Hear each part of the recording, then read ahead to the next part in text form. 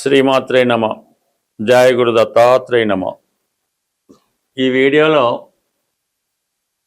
చాలామంది అదృష్టాన్ని మార్చబోతున్న గురుగ్రహం జూన్ 1వ తారీఖు అర్ధరాత్రి 1:50 కర్కాటక రాశిలో ప్రవేశించడం జరుగుతుంది. సో ఇది గురువుకి ఉచ్చక్షేత్రం అవటం వల్ల మిగతా రాశుల్లో సంచరించే దానికన్నా కర్కాటక రాశిలో సంచరిస్తున్నటువంటి గురువు అత్యంత శుభ ఫలితాలు ఇవ్వడం జరుగుతూ ఉంటుంది. మరి గురువు ధనకారకుడు, అలాగే సంతానకారకుడు, జ్ఞానకారకుడు, విజ్ఞానకారకుడు. మనం చేస్తున్నటువంటి పూజలు, యజ్ఞ యాగాది హోమాలు, లేదంటే ఏదైనా దేవాలయం దర్శించడం, రెగ్యులర్గా ఏదైనా దైవ కార్యక్రమం చేపట్టినప్పుడు దాని యొక్క ఫలితం రావాలంటే గురువు యొక్క అనుగ్రహం తప్పనిసరిగా ఉండవలసి ఉంటుంది. గురువు రాశిని చూస్తున్నా, 11వ స్థానానికి వచ్చినా, మరి ఏదైనా యోగంలో ఉన్నప్పుడు మనం చేస్తున్నటువంటి ఈ పూజ పుణ్య కార్యక్రమాలు ఆ సమయంలో ఎంబటనే మనకి అమల్లోకి రావడం జరుగుతూ ఉంటుంది. ఈవెన్ మనం గత జన్మలో చేసుకున్నటువంటి పుణ్య ఫలితాన్ని కూడా ఈ జన్మలో అనుభవించే విధంగా గురుగ్రహం మనకి సహకరించవలసి ఉంటుంది. సింహరాశి వారికి మరి 11వ స్థానంలో సంచరిస్తున్నటువంటి గురుగ్రహం మరి జూన్ 1వ తారీఖున రజితమూర్తిగా ద్వాదశ స్థానంలోకి ప్రవేశించడం జరుగుతుంది. ఒక విధంగా సింహరాశి వారికి ఈ వ్యయస్థాన గురు సంచారం కొంత అధిక వ్యయాన్ని సూచిస్తూ ఉంటుంది. సింహరాశి వారికి వ్యయస్థానంలోకి వచ్చిన గురువు కొంత అధిక వ్యయాన్ని చూపిస్తూ ఉంటుంది. అయితే గురువు వ్యయంలోకి వచ్చినప్పుడు గురువు యొక్క కారకత్వాలు మనకి అమలులోకి రావడం జరుగుతుంది. అది చాలా కాలంగా మీరు ఏదో ఒక శుభకార్యం చేద్దామని ఆలోచిస్తూ ఉంటారు. మీ పిల్లలకో లేదంటే వ్యక్తిగతంగా మీకో శుభకార్యం, దాని కొరకు కొంత ధన వ్యయం కూడా చేయవలసి ఉంటుంది. అంటే మీ పిల్లలకే కాకుండా ఒక దేవాలయం నిర్మించాలనుకున్నా, ఒక గృహప్రవేశం చేయాలన్నా మరి మంచి ఖర్చు వస్తుంది వ్యయ స్థానంలో గురువు వల్ల.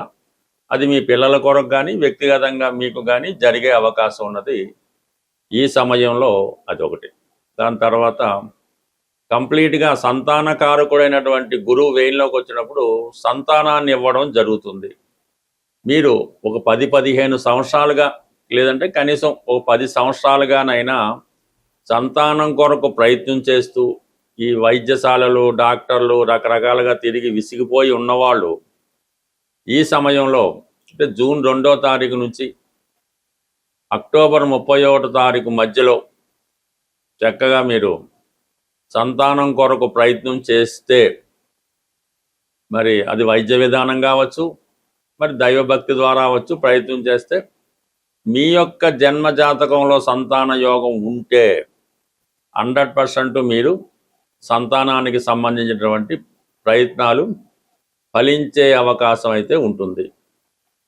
అయితే మరి ఇంకొక ముఖ్యమైన విషయం ఏంటంటే, మరి ఏదన్నా పెండింగ్ మొక్కులు ఏవైనా ఉన్నాయో ఆలోచించి, మీరు పుట్టినప్పుడు కానీ పెళ్లిలో కానీ ఏ విషయంలో అయినా మీరు మొక్కుకొని ఉండి అది పెండింగ్ ఉంటే అది కూడా తీర్చివేస్తే కంప్లీట్గా మీకు సంతాన సంబంధించిన విషయంలో మీరు కన్సీవ్ అవ్వడం కానీ ఇవన్నీ జరిగే సూచనలు ఉంటాయి. ఇక ప్రధానంగా 3వ విషయం విద్య. ఎవరైతే విద్య కంప్లీట్ చేయకుండా ఏదో కారణాల వల్ల మధ్యలో ఆగిపోయి ఉంటే తిరిగి దాన్ని మీరు కంప్లీట్ చేసే అవకాశం వస్తుంది. లేదు ఆల్రెడీ మేము విద్య కంప్లీట్ చేస్తాం అనుకుంటే మీరు పిహెచ్డికి వెళ్ళొచ్చు, డబుల్ డిగ్రీకి వెళ్ళొచ్చు, డబల్ పిహెచ్డికి వెళ్ళొచ్చు. ఏదైనా విద్యాపరంగా మీరు ఆశిస్తున్నటువంటి విద్యలో మరి కంప్లీట్గా కొత్త విద్య నేర్చుకునే అవకాశం ఉంటుంది. అలాగే ఏదైనా పుస్తకం రాయాలి, ధర్మాన్ని కాపాడే విషయం రాయాలి, ఈ పుస్తకం రాయడంలో మీకు ఈ సమయంలో మీ ఆశయం కంప్లీట్గా నెరవేరుతుందని కొంత ఖర్చు అది జరుగుతుంటుంది. రెండులో ఉన్నటువంటిది అంటే మోక్షకారక స్థానం కాబట్టి 4, 8 స్థానాలు యాక్టివేట్ చేస్తూ ఉంటుంది.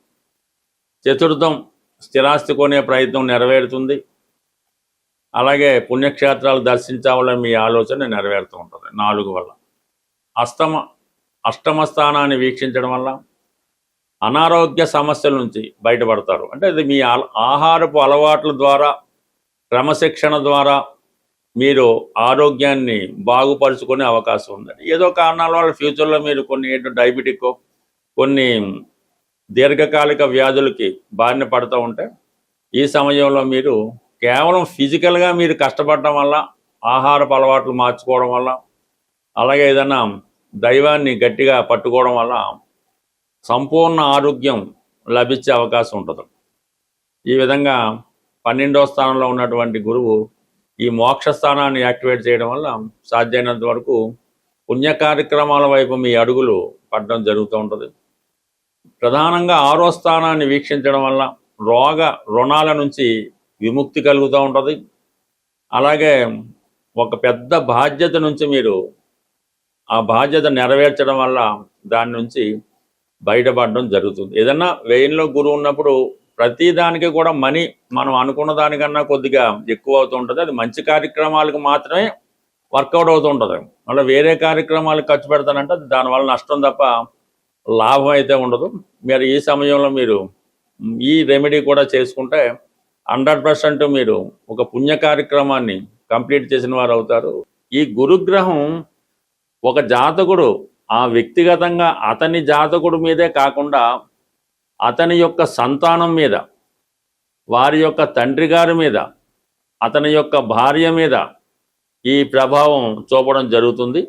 అలాగే మొత్తం ఆర్థిక వ్యవస్థ, జాతకుడి యొక్క ధన ఆదాయం కానీ, వ్యయం కానీ ఇవన్నీ కూడా గురుగ్రహ అనుగ్రహం ఉంటేనే జాతకుడు పొందగలుగుతూ ఉంటాడు. అందుకని ఈ గురుగ్రహం మార్పు కోసం మరి చాలామంది ఎదురు చూస్తూ ఉంటారు. ఈ గురువు మారినప్పుడల్లా ప్రతి ఒక నదికి మరి పుష్కరాలు రావడం జరుగుతుంటుంది. ఆ పుష్కరాల్లో అంటే ఏ నదికైతే పుష్కరాలు వస్తాయో ఆ నదిలో స్నానం చేయడం వల్ల జాతకుడు ఈ జన్మలో చేసుకున్నటువంటి పాపకర్మలు నశించి పుణ్యకర్మలు పొందడం జరుగుతూ ఉంటుంది. అటువంటి గురుగ్రహం ఈ జూన్ 1వ తారీఖు అర్ధరాత్రి కర్కాటకంలో ప్రవేశించి ఇంచుమించుగా మనకి అక్టోబర్ 31వ తారీఖు వరకు ఇదే రాశిలో సంచరించడం జరుగుతుంది. సుమారు 153 రోజుల పాటు సంచరిస్తున్నటువంటి ఈ గురుగ్రహం ఉచ్చస్థానంలో మరి కొన్ని రాశుల వారికి హంస మహాపురుష యోగం అనే ఒక పంచమహాపురుష యోగాన్ని ఏర్పాటు చేస్తుంది. మరి కొంతమందికి గజకేసరి యోగం అనే గొప్ప యోగాన్ని ఇవ్వడం జరుగుతుంటుంది. అంటే ఇంచుమించు ప్రతి ఒక్కరి జాతకంలో కూడా ఈ గజకేసరి యోగం అన్నది ఏదో కారణం వల్ల, అంటే గురుచంద్రులు కలిసి ఉండడం వల్ల, ఒకరికొకరు కేంద్రంలో ఉండడం వల్ల ఏర్పడడం జరుగుతుంటుంది. అయితే గురువు స్వక్షేత్రంలో కాకుండా ఉచ్చక్షేత్రంలో ఉన్నప్పుడు ఏర్పడినటువంటి అత్యంత బలమైనటువంటిది ఈ గజకేసరి యోగం. ఈ యోగం కొన్ని రాశుల వారికి ఈ సమయంలో ఏర్పడుతుంది. మరి దురదృష్టవశాత్తు కొన్ని రాశుల వారికి శకట యోగం అనే ఒక యోగం ఏర్పడుతుంది. అది వారి యొక్క జన్మ జాతకంలో ఉంటే ఇప్పుడు ఏర్పడబోతున్నటువంటి ఈ శకట యోగం అన్నది వారి యొక్క జీవితంలో అంటే ఈ రాబోయే 108 రోజుల్లో కొన్ని ఇబ్బందులు కూడా కలగజేయడం జరుగుతుంటుంది. మరి ప్రధానంగా ఈ గురువు ఈ ఒక రాశిలోకి మారేటప్పుడు 4 విధాలుగా ఆ రాశుల్లో ప్రవేశించడం జరుగుతూ ఉంటుంది. అది సువర్ణమూర్తి, రజితమూర్తి, లోహమూర్తి, అలాగే తామ్రమూర్తిగా ప్రవేశించడం జరుగుతూ ఉంటుంది. ఆ ప్రవేశించే స్థితిని బట్టి అంటే రజతమూర్తిగా ఎవరికైతే ప్రవేశిస్తాడో వారికి ఏ స్థానమైనా గురువు అత్యంత శుభ ఫలితాలు ఇవ్వడం జరుగుతుంటుంది. అదే లోహమూర్తి అయినప్పుడు శుభస్థానంలోకి వచ్చినప్పుడు కూడా కొన్ని ఇబ్బందికర పరిస్థితులు ఇవ్వడం జరుగుతుంటుంది.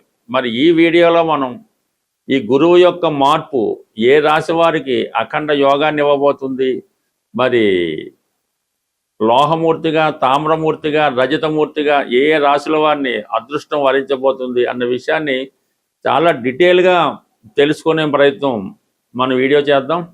అలాగే ప్రతి ఒక్క రాశి వారికి కూడా ఏ పరిహారం చేసుకుంటే మరి ఈ అదృష్టం కలిసి వస్తుంది, లేదంటే దురదృష్టం నుంచి బయటపడవచ్చు అన్న విషయాన్ని మనం ఈ వీడియోలో తెలుసుకుందాం. ఏదైనా గురుగ్రహం అనుగ్రహం అంటే ఇప్పుడు గురువు మార్పు వచ్చినప్పుడు కొన్ని రాసుల వారికి సంతాన లాభం కలుగుతుంది, కొన్ని రాసుల వారికి వివాహం జరుగుతుంది, కొన్ని రాసుల వారికి ఉద్యోగం ఏర్పడుతుంది.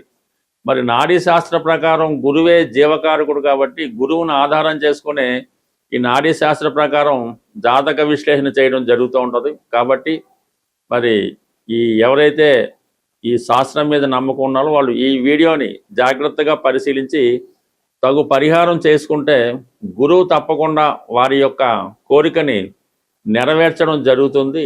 గురువు యొక్క అనుగ్రహం పొందాలంటే సాధారణంగా దక్షిణామూర్తి శివుడు ఆరాధన వల్ల మనకి గురుగ్రహ అనుగ్రహం లభిస్తుంది. లేదు మీకు విద్య నేర్పిన గురువు, తల్లి తండ్రి వారి సేవ చేయడం వల్ల కూడా గురువు మీకు మంచి ఫలితాలు ఇవ్వడం జరుగుతుంది. ఎన్ని పరిహారాలు చేసినప్పటికీ కూడా గణపతిని ఆరాధించడం కానీ, గణపతిని ఏ విధంగా అంటే మీ యొక్క శక్తిని బట్టి పూజించడం వల్ల ఈ యొక్క పరిహారం అంటే మనం ఏ పరిహారం చేసినా గణపతిని ఆరాధించడం వల్ల, పూజించడం వల్ల, లేదంటే ఈ గణపతి హోమం చాలా సింపుల్గా చేసుకున్నటువంటి హోమాల్లో గణపతి హోమం ఒకటి, అది చాలా తొందరగా మీకు ఫలితాన్ని ఇవ్వడం జరుగుతుంటుంది. అంటే ఇంచుమించుగా మనం ఆ హోమం పూర్తయ్యే లోపల కూడా మీకు ఆ ఫలితం వచ్చినా ఆశ్చర్యపడక్కర్లేదు.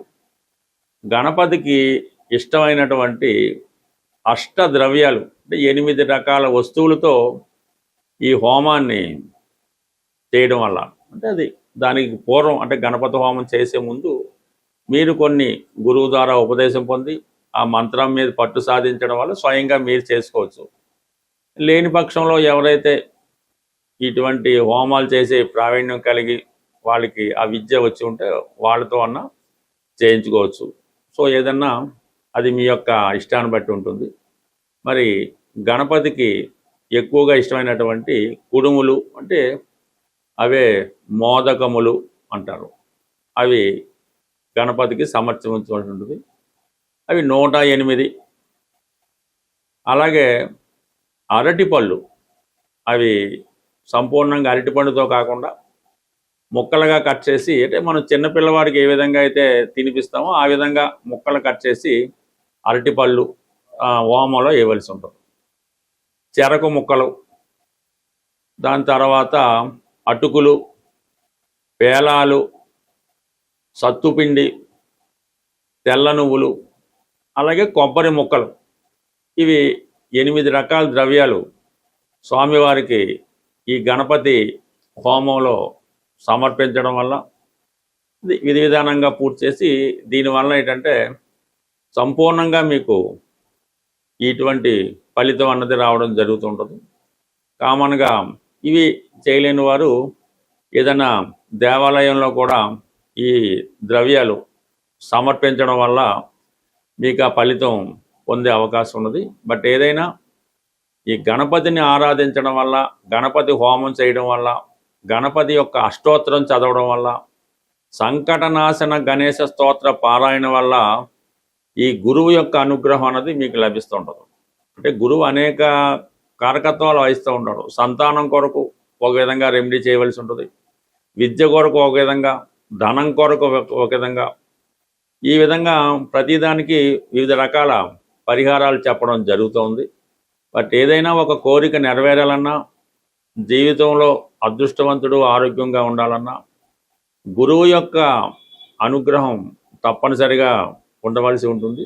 సో ఏదైనా గురువు అనుగ్రహం ఉంటే జీవితం చాలా సంతోషంగా సాంప్రదాయంగా నడిచే అవకాశం ఉంటుంది. స్వస్తి.